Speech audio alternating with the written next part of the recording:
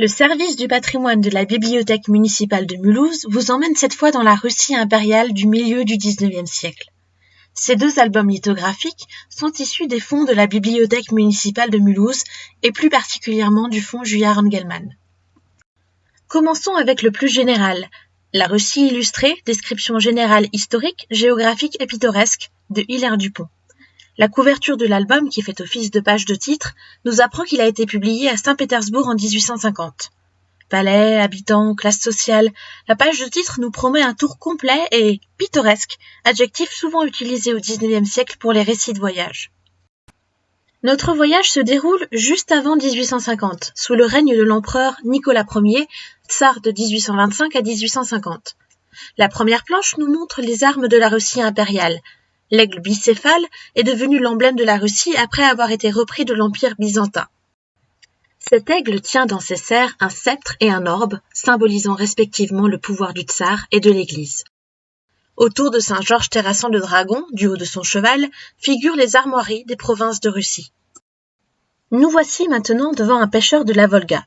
La Volga est le plus grand fleuve d'Europe, qui parcourt plus de 3500 km avant de se jeter dans la mer Caspienne.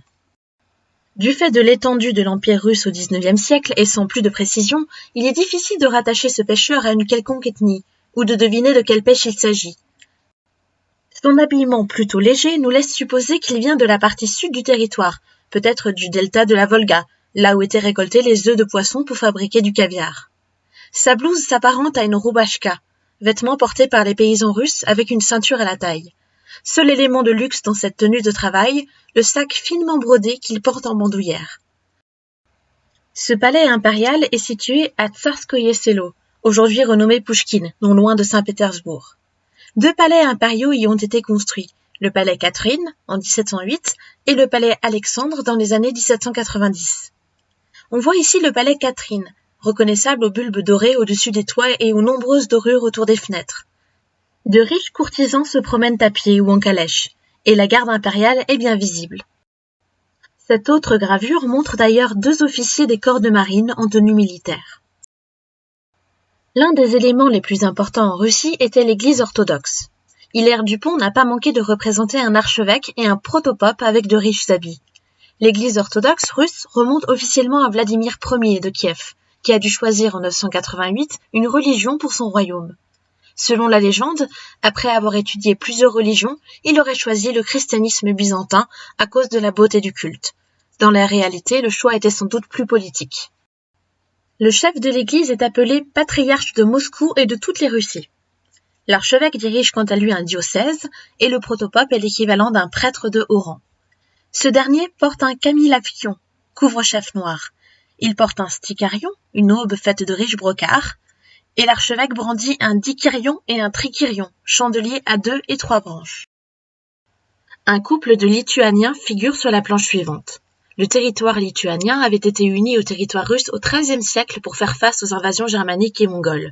En 1795, sous Catherine II, la Lituanie est annexée à la Russie. Ils ont au pied des laptis, chaussures fabriquées à base d'écorce d'arbres et maintenues par des lacets. Ces chaussures ont été portées jusque dans les années 1930 et ont toujours été l'attribut des peuples pauvres du nord de l'Empire russe. La femme porte une serpe à la main et une croix au cou. L'homme porte la chapka, qui signifie en russe chapeau. Restons en Lituanie pour avoir un petit aperçu de la faune. On voit ici des bisons d'Europe, connus depuis l'Antiquité et autrefois très répandus au nord de l'Europe. Affaiblie par la chasse et par l'extension de l'agriculture, l'espèce a disparu à l'état sauvage dans les années 1920, mais a été depuis réintroduite. En arrière-plan, des forêts s'étendent, montrant l'aspect sauvage du territoire.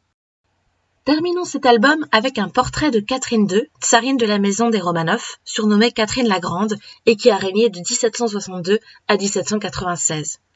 Très éclairée par ses lectures de Machiavel, Voltaire, Montesquieu, entre autres, elle gagne la confiance du peuple russe et parvient à faire détrôner son mari, faible et impuissant, lors d'un coup d'État. Elle règne d'une manière exclusive et tente de moderniser son pays, réduisant le servage mais ignorant toutefois la réelle pauvreté de son peuple. Elle étend les frontières de la Russie et modernise l'industrie. Elle s'inspire également de l'école de Madame de Maintenon pour créer une institution d'éducation de jeunes filles. Certains historiens la qualifient ainsi de despote éclairée. Elle porte ici un costume de cour russe traditionnel. Sa robe arbore, comme il était d'usage, de la dentelle à l'encolure et aux manches.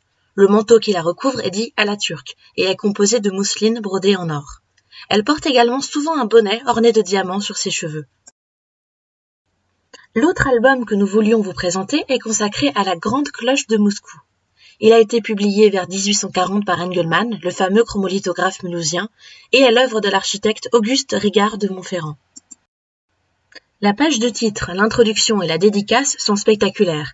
Réalisée en chromolithographie, procédé mis au point en 1837, elle tranche avec la suite du recueil en noir et blanc. Auguste Ricard de Montferrand commence par s'adresser à la famille impériale qui l'a servi pendant 40 ans et pour laquelle il a réalisé de nombreuses constructions. L'un des accomplissements qui l'ont rendu célèbre est d'avoir déterré la Grande Cloche de Moscou, aussi appelée la Reine des Cloches, dont nous voyons ici la taille. Moulée au XVIIIe siècle pour le Kremlin dans un puits de 10 mètres de haut, elle n'avait jamais pu être soulevée et déterrée, à cause de son poids, 202 tonnes, mais aussi parce qu'un terrible incendie avait détruit la charpente qui l'entourait et la soutenait dans sa fosse. La chaleur de l'incendie avait également fissuré la cloche, et un morceau s'en était détaché. C'est donc l'architecte français Auguste de Montferrand qui a trouvé le moyen de l'exhumer presque 100 ans après, grâce à un ingénieux système de cabestan, avant de la placer sur un piédestal où elle est encore de nos jours. Il a choisi d'exposer le morceau à côté de la cloche, ce qui est encore le cas aujourd'hui. L'album contient toute une étude sur les cloches dans l'histoire, dans les différentes cultures et sur la composition de la Reine des Cloches. Auguste de Montferrand a également reproduit les gravures qui y ont été faites. Le son de cette cloche, qui n'a jamais sonné, a été reconstitué numériquement en 2016 à Berkeley. Mais encore aujourd'hui, l'état dégradé de la cloche ainsi que le poids de son battant empêchent de la faire retentir. Terminons par ces quelques vers sur la Grande Cloche de Moscou, peut-être composée par l'architecte. Mais qui pourrait de Dieu pénétrer les mystères? Toi qui devais mêler ta voix à nos prières, et du haut du Kremlin, dans les jours solennels, appeler tout un peuple au pied des saints autels. Hélas, dès ta naissance à mourir condamné, tu n'as point accompli ta noble destinée.